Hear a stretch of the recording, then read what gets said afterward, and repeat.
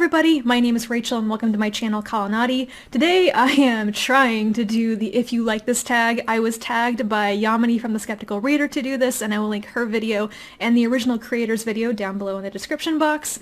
My only preface is I am so sorry. I fail at making book recommendations. I did not realize this was a particular weakness I had. I am not good at it. I am so not good at it. It has taken me 2 days to come up with just, well, 5 recommendations and 1 addendum. The idea of this tag is that you choose 5 to 10 relatively well-known books that you have read, and then you recommend a book for each of those that has similar themes or something that you think that the fans of those relatively well-known works would really enjoy. And then at the end, you pick one of your favorite books and you ask people to give you recommendations based on that. My first recommendation is for people who really enjoyed The Curious Incident of the Dog in the Nighttime by Mark Haddon. That is a YA contemporary novel told from the perspective of an autistic teenager. And the book I would recommend for people who really enjoy The Curious Incident of the Dog is The Speed of Dark by Elizabeth Moon. It is a literary science fiction novel almost set in the contemporary world. It's set in a very near future. And it is also told from the perspective of an autistic person. This is not a YA novel. It is for the adult demographic. And the main character, the autistic narrator, is in his 30s. He is a full-grown adult. I think that both of these books, beyond just having an autistic narrator, they both kind of explore how autistic people view the world, how they view their relationships with people around them. They're very different types of stories, but I really appreciated being in the heads of both of those characters and just seeing the world differently. Recommendation number 2 is for people who really enjoy the Newford series by Charles DeLint. I'm specifically thinking of Dreams Underfoot, which is the first book in the series. It's actually a collection of short stories, but if you've read any of the Newford series, I have to recommend Little Big by John Crowley. There is something about that type of urban fantasy. Now, when I say urban fantasy, you probably are thinking like vampires, werewolves, badass chicks, and leather halter tops or whatever. I do not mean that at all. This is like the origin of the urban fantasy genre back in like the 1980s. It is much more based on folklore and the fae. It's a completely different type of fantasy and magic from like vampires and werewolves. It's not like supernatural, it's mythological in a way, I think, is kind of the word I keep going towards. I think that's the main similarity between these books, between Dreams Underfoot and Little Big, is that type of urban fantasy. The sense I got from both of these books was very similar, just how the natural, the fae, collides with the modern day world, with the city, with the urban, is a beautiful combination when done well by Charles DeLint and John Crowley. Recommendation number 3, we're going to hop genres a little bit here.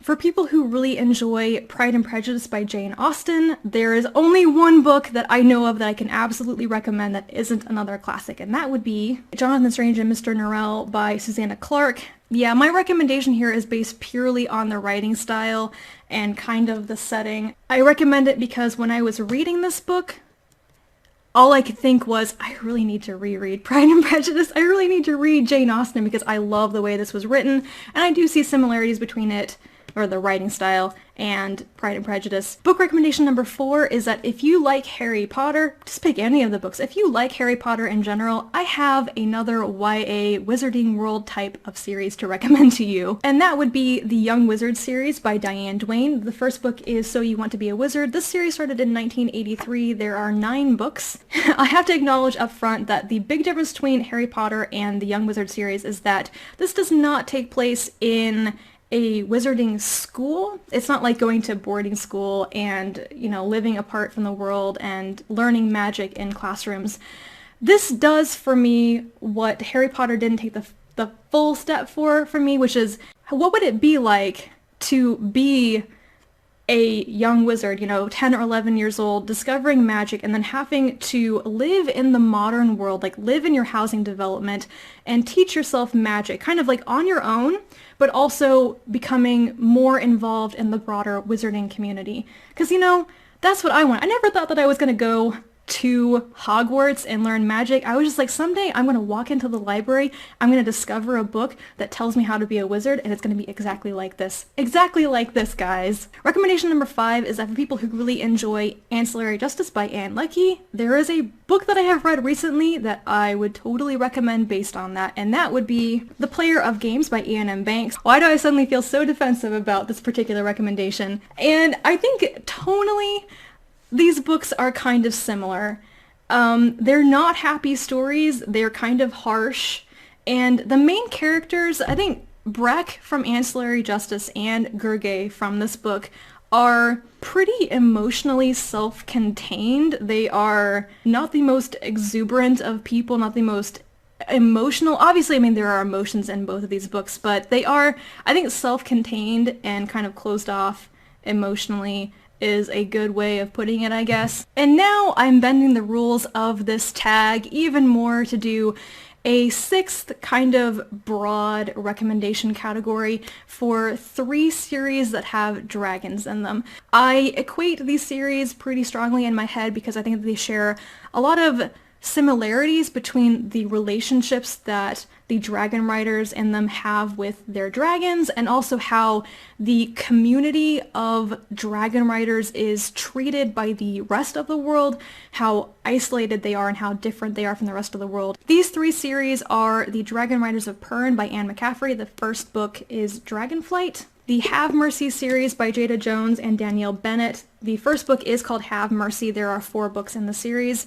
And then the other one is the Temeraire series by Naomi Novik. I haven't read the entire series, but I read the first 4 books. The first book is called His Majesty's Dragon. It's also been renamed to Temeraire. The Dragon Riders of Pern series, dragon riders impress dragons at birth when they hatch. They form like an telepathic bond with them, and they can telepathically speak to each other. The dragon riders they live in weirs with their dragons, and they are supported by tithes from the surrounding holds. And the system works very well during most of the time when thread is falling on Pern and dragons have to burn it out of the sky.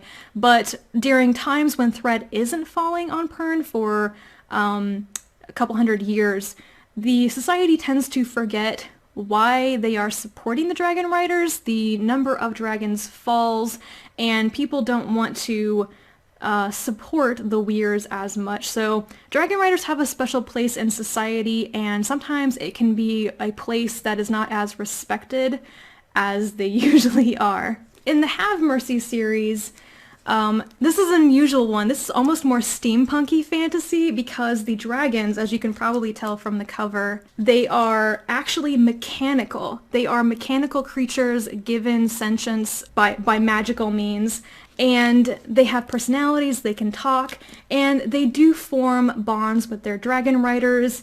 They're very close emotional bonds that are kind of forged by war. A defining aspect of the later books in the series is that the dragon riders are cut off from their dragons, and it does have a mental effect on them. They love their dragons, and that bond was broken, and it's very important to the rest of the story, so I see a lot of similarities there. And the Dragon Corps in this, is that what they're called? Yes, the Dragon Corps. They once again are kind of set aside from the rest of society, and they are not very well understood by the society around them. They may be seen as heroes, but people just don't quite understand their bond with their dragons and what happens to them in the story, which, of course, it involves a war. That's why you have dragons, so they can fight. And the Temeraire series, once again, there is that bond between the writers and the dragons. Dragon riders do kind of impress their dragons upon hatching. It's not like a magical telepathic bond, but it is an emotional one, and it does help define whether the dragon speaks their language or not. It kind of chooses you and your bonded then. And once again, the Dragon Corps in this book in the series is totally like isolated from society. The main character is a naval officer who accidentally bonds with a dragon in the first book, and he has to give up his naval career and go to the Dragon Court, and this is seen as like a bad thing. This is a terrible thing, and like people like kind of act like he's dying and they're never going to see him again, because it's not a respected career choice. Basically, you don't do that if you want to have a good career. You're just going to be stuck there and you're not really respected that much, even though the Dragon Corps is incredibly important to England fighting in the Napoleonic Wars. So go figure. The book that I really want recommendations based off now is Anthem by Neal Stephenson. This is my new favorite book of this year. So if you have read that and you have any sort of recommendations for me, even if you just want to tell me to go read more Neal Stephenson books, that is totally a valid thing to tell me. So yes, I don't think I failed at this too badly. Feel free to argue with me down in the comments whether you think things are actually similar or not. And I'm going to tag everybody. I don't know who's done this. I don't know who's been tagged. I don't know who wants to do this. So if you want to do this, you are totally tagged. Please tell me if you do this. I will watch your video. I need a crash course in how to do book recommendations. So yay. That is it for me and this video, and I will be back to talk to you guys again soon. So bye.